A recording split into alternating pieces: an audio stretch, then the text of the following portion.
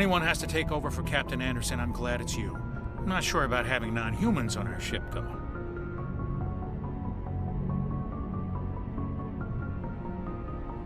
We're all on the same team here, Presley. With all due respect, sir, that's what they said about Nihilus. Look how that turned out. I'm in charge here, Presley. I decide if we have non-humans on this vessel. Yes, sir. Understood, sir. Speak freely, Presley. I want to know if you have a problem with non-humans. It's not that, Commander. Humanity has always handled its own problems. Saren attacked one of our colonies. We should be the ones to stop him. We don't need their help. Some people think asking for help is a sign of weakness. That's just being stupid and stubborn. No matter how strong you are, allies can make you stronger. I guess so. Maybe I'm just stuck in the old ways of thinking. But don't worry, Commander. This won't be a problem.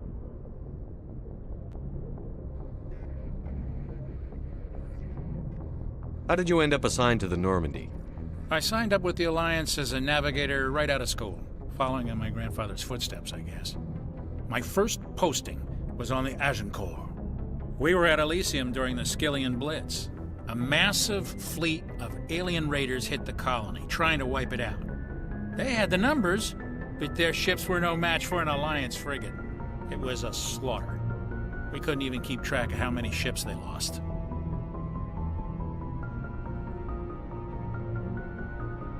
How'd you end up on the Normandy? I got my officer's commission after Elysium. Must have made an impression on the right people. Captain asked for me when he was picking his crew.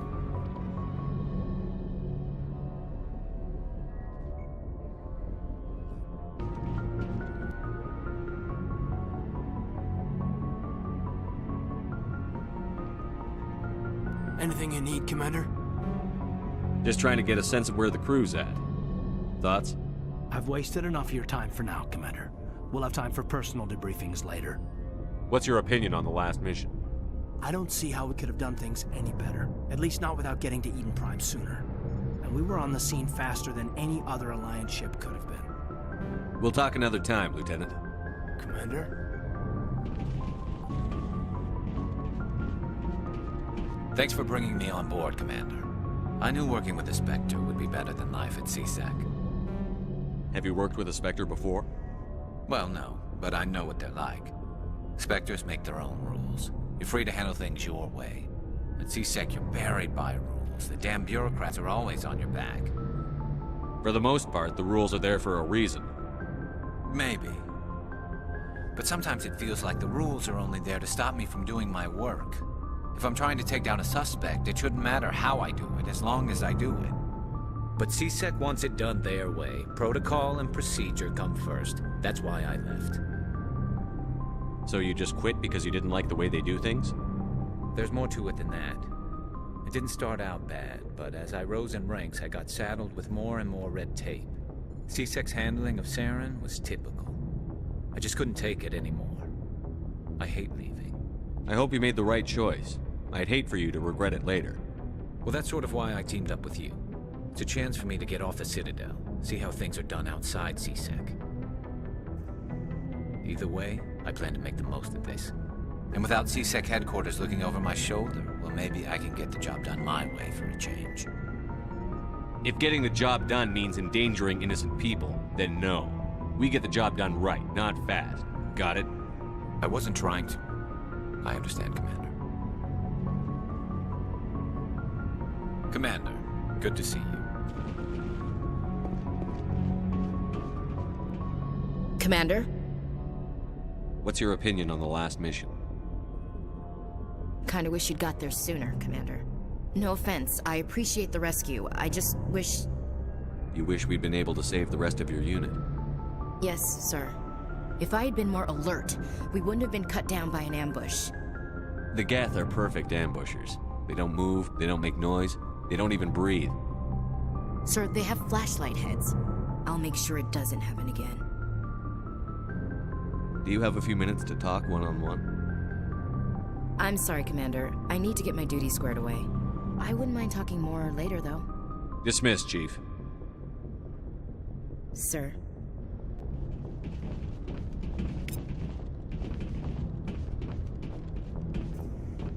Nice ship you've got, Shepard. What can I do for you? What's your story, Rex? There's no story. Go ask the Quarian if you want stories. You Krogan live for centuries. Don't tell me you haven't had a few interesting adventures. Well, there was this one time the Turians almost wiped out our entire race. That was fun. They tried the same with us, but we fought them off. It's not the same. It seems pretty much the same to me. So your people were infected with a genetic mutation? An infection that makes only a few in 1,000 children survive birth? And I suppose it's destroying your entire species? I suppose it isn't all the same. I don't expect you to understand, but don't compare humanity's fate with the Krogan. Sorry, Rex. I wasn't trying to get you upset. Your ignorance doesn't upset me, Shepard. As for the Krogan, I gave up on them long ago. The genophage infected us, but it's not what's killing us. Are your people really dying? We're sure not getting any stronger. We're too spread out. None of us are interested in staying in our own system.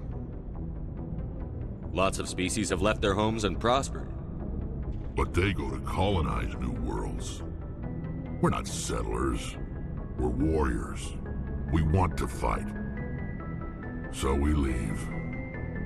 Hire ourselves out. And most of us never go back. What can you tell me about the genophage? Ask the Solarians if you want details. They made it. All I know, it makes breeding nearly impossible. Thousands die in stillbirth, and most never get that far. Every Krogan is infected, every one, and no one's rushing to find a cure. Why don't the Krogan try to find a cure? When was the last time you saw a Krogan scientist?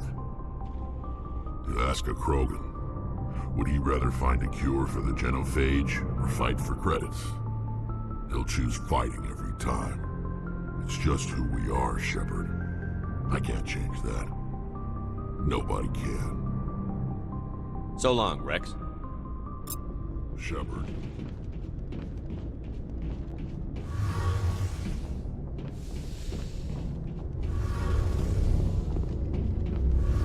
Hey, Commander, you know that Quarian, Tally? She's been spending all her time down here asking me about our engines. I'll tell her to leave you alone. What? No, she's amazing. I wish my guys were half as smart as she is. Give her a month on board and she'll know more about our engines than I do. She's got a real knack for technology, that one. I can see why you wanted her to come along. I figured she'd be a real asset to the team. You got an eye for talent, Commander, but I'm guessing that's not why you came down here.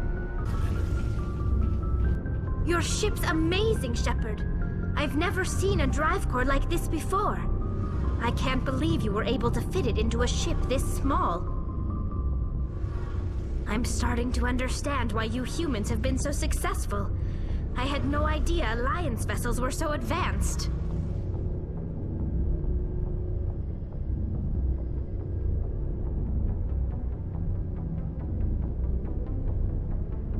The Normandy's a prototype. Cutting-edge technology. A month ago, I was patching a makeshift fuel line into a converted tug ship in the flotilla. Now, I'm sitting on board one of the most advanced vessels in Citadel space.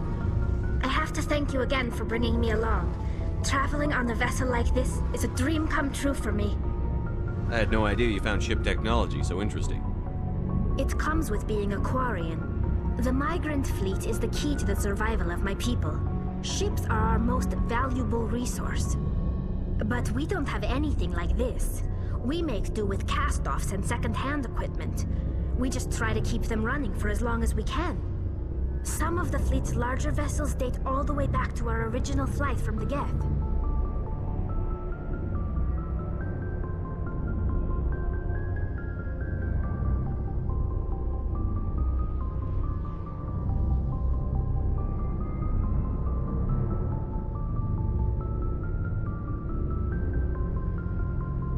I can't believe your fleet's still using ships that are 3 centuries old. They're constantly being repaired, modified, and refitted. They aren't pretty, but they work. Mostly. We've tried to make ourselves as independent as possible on the flotilla. Grow our own food, mine, and process our own fuel. But some things we just can't make on our own.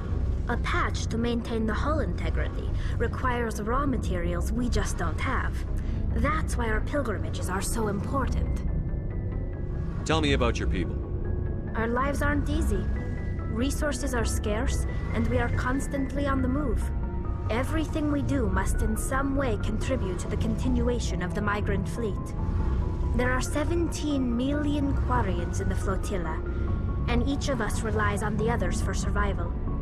The bonds among my people are strong. Unfortunately, we have had to surrender many of the freedoms and civil liberties other species take for granted. What kind of freedoms? Well, it's illegal for parents to have more than one child. If our population grows too much, it would strain our resources to their breaking point. Of course, we also can't allow our numbers to become too few. If our population is in decline, the rule against single births is temporarily repealed. In extreme cases of population decline, incentives are even offered to encourage multiple births, though the Conclave hasn't had to take such measures in nearly a century. That's your government. The Conclave is our civilian branch of government. Each ship can elect a representative to serve on the Conclave and make decisions that affect the fleet as a whole. On matters that affect an individual ship, however, the captain has the final say. It's a tradition that dates back to the early days, when the fleet was governed by martial law. Fortunately, most captains nowadays are smart enough to have an elected council from their crew to give them advice and guidance. So the ultimate power rests with elected officials. In practice, the Conclave and the respective council for each ship tend to set the rules that govern our daily lives. But in theory, we are still under military jurisdiction. The 5 top-ranking military officials in the fleet serve on the Admiralty Board. These 5 have the power to overrule any decision by the Conclave in case of emergency. To do so requires unanimous agreement among the Admiralty, and they can only do this once. After that, the entire board must resign their posts. It's a safeguard that served us well. In nearly 3 centuries, the Admiralty Board has only overruled the Conclave 4 times. I want to know more about the Geth. I doubt I can tell you anything you don't already know. It's been almost 3 centuries since they drove my people into exile. All I know is the story of their origins, what they were when we created them, and how they turned on us. Interesting. The Geth were originally created to serve as an automated manual labor force. Initially, their intelligence was as limited as any VI. Over time, we made small modifications to their programming to allow them to perform more varied and complex tasks, bringing them closer and closer to true AI status. How come the Council didn't step in and stop you? This wasn't true AI research. We may have been skirting the bounds of the law, but we never did anything that was actually illegal. The changes were so insignificant, so gradual, that we were able to control them. Or so we thought.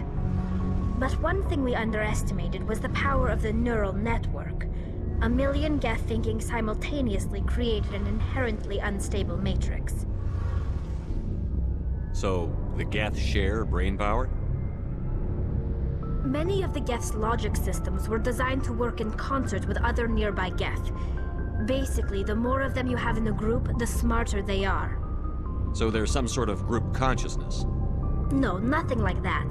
They cannot share sensory data or information. Their programming cannot handle that much simultaneous input. Each Geth maintains an individual awareness and identity. The neural network only operates on a process-based level. It's basically the synthetic equivalent of a subconscious. But when they're in close proximity, they can coordinate low-level functional processes, freeing up more capacity for original or independent thought. That doesn't make any sense. I'm probably oversimplifying. The Geth are incredibly advanced and complex creations. All you need to know is that they get smarter when they gather in large numbers. As we built more and more Geth, their effective intelligence became more sophisticated, more abstract. One day, a Geth began to ask its Quarian overseer questions about the nature of its existence. Am I alive? Why am I here? What is my purpose? As you can imagine, this caused a near panic among my people. What did you do? It was inevitable the newly sentient Geth would rebel against their situation. We knew they would rise up against us, so we acted first. A general order went out across all Quarian-controlled systems to permanently deactivate all Geth. The Geth responded to this order violently. You can't blame them for fighting for their survival. We had no other choice. The Geth were already on the verge of revolution. By acting quickly, we had a chance to end the war before it began. The hope was that most of the Geth would still be little more than machines, incapable of organized resistance. But they had progressed much further than anyone anticipated. The war was long and bloody. Millions upon millions of Quarians died at their hands. In the end, we were forced to flee our own homeworld. We feared the Geth would pursue us, but they never came beyond the Veil. Now we drift through space, exile searching for a way to reclaim what was once ours. It's hard to feel sorry for you. Your ancestors tried to wipe out another species. We made a mistake when we created the Geth in the first place, but we did not make a mistake when we went to war against them. If we had not acted, they would have wiped us out.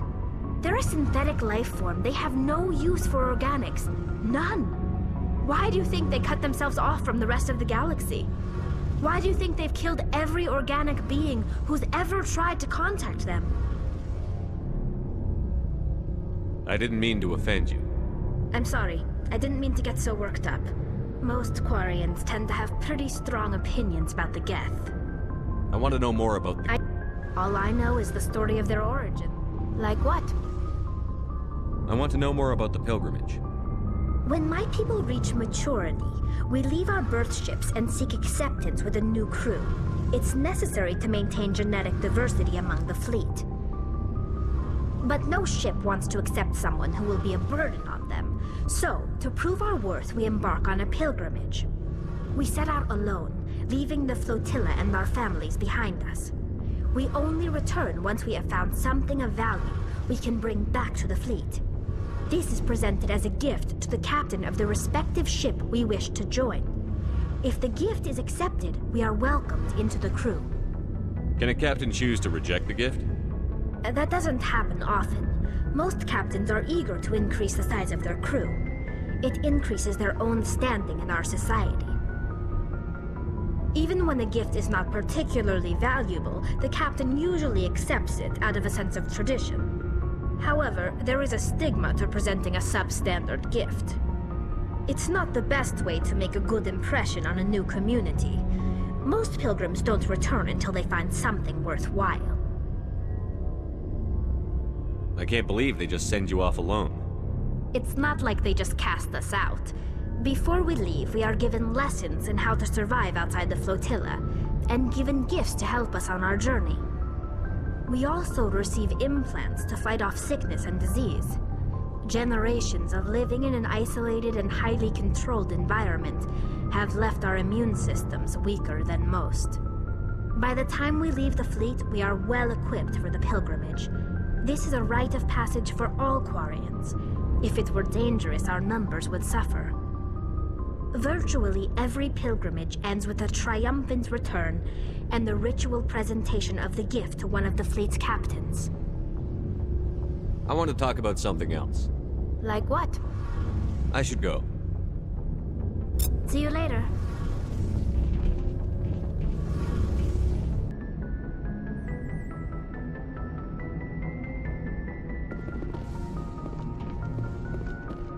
Commander, Something you need? How's the Normandy performing? Is she everything they said she'd be? She's the best ship in the fleet, if you've got a pilot who knows how to handle her. Balance isn't what you'd expect. Takes a while to get used to that oversized drive core we got stuffed in the back, and her power can sneak up on you if you're not careful. The Normandy's probably too much ship for your average Alliance pilot, Commander. Lucky for you, I'm anything but average. I like to know my crew. Mind if I ask you a few questions? I can see where this is going. You did a background check on me, didn't you? Well, I'll tell you the same thing I told the captain. You want me as your pilot. I'm not good. I'm not even great. I am the best damn helmsman in the Alliance fleet. Top of my class in flight school, I earned that. All those commendations in my file, I earned every single one. Those weren't given to me as charity for my disease. What are you talking about? Are you sick? You mean you didn't know? Oh, crap. Okay, I've got Vrolik syndrome, brittle bone disease. The bones in my legs never develop properly. They're basically hollow, too much force and they'll shatter.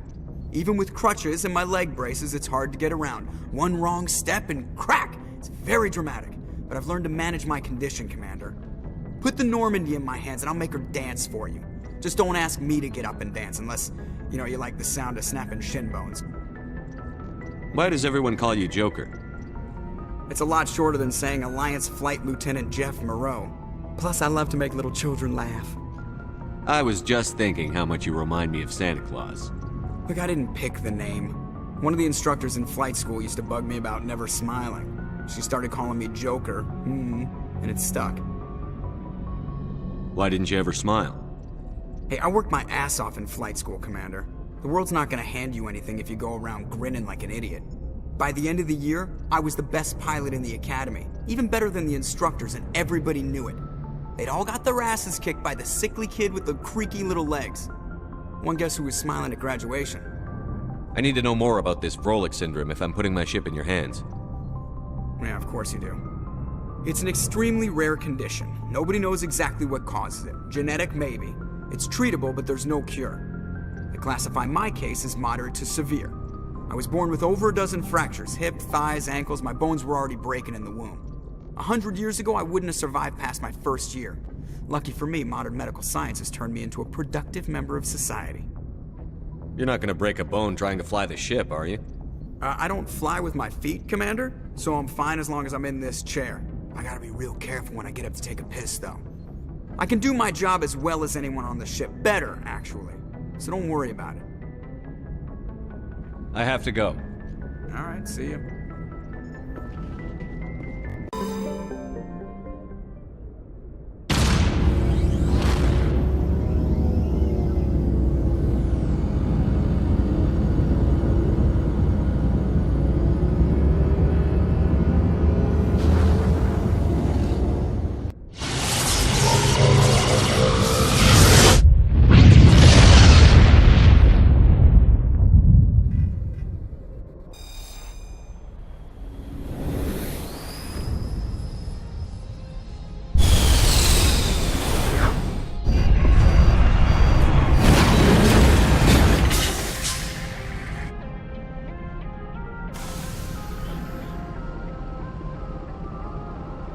Commander, I'm picking up some strange readings. Really strange, like off the damn charts. It looks like it's coming from an underground complex a few clicks away from the drop zone.